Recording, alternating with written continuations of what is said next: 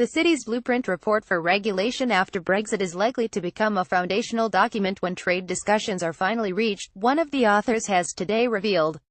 Hogan Lovells partner Rachel Kent, who published the International Regulator Strategy Group (IRSG) report alongside former City Minister Mark Hoban last month, told a Lords committee this morning it had gone down well with both UK and European authorities during their road trip both here and on the continent. The report calls for a bespoke agreement between the UK and EU27 with mutual recognition based on regulatory alignment and supervisory cooperation, a joint dispute resolution body, and a forum in which both sides can work together to implement new global standards. It has already received the backing of the influential Treasury Select Committee.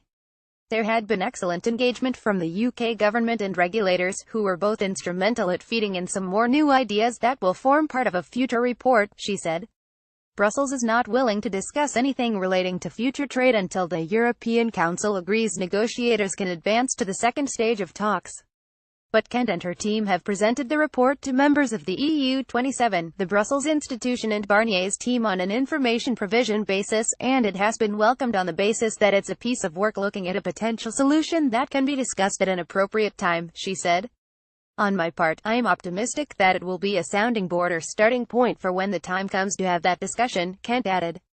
Hoban said it was seen as a very serious piece of work in Brussels, and that it had received very little pushback because it argues for a bespoke model, rather than a flawed enhanced equivalence route, which would result in the sector remaining under ECJ jurisdiction and continuing to be a rule-taker. The report can be used not just for financial services, but for other highly regulated sectors, Hoban noted. It comes as Germany is reportedly working on proposals for a comprehensive free trade accord with the British government. Bloomberg reports that the Foreign Ministry in Berlin has drafted a 4-page document, the most detailed German position yet, for future formal negotiations about the UK's relationship with Europe.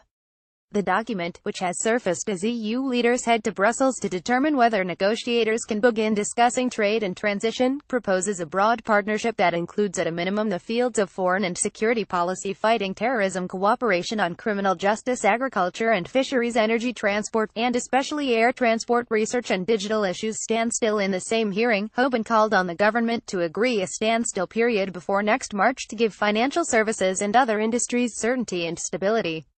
A legally binding agreement was needed as soon as possible, but failing that, a communiqué committing to a certain framework would be welcomed, he added.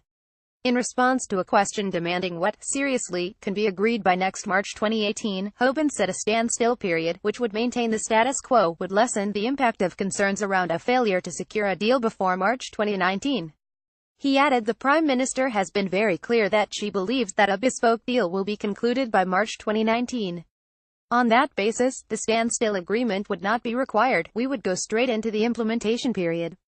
But if the Prime Minister was not able to agree her goal, we would need a standstill period from March 2019 to point at which she agrees a bespoke agreement, and then implementation happens. How soon we get the final deal determines how long a transition period would be, and whether the balance is with a standstill or standstill and implementation period.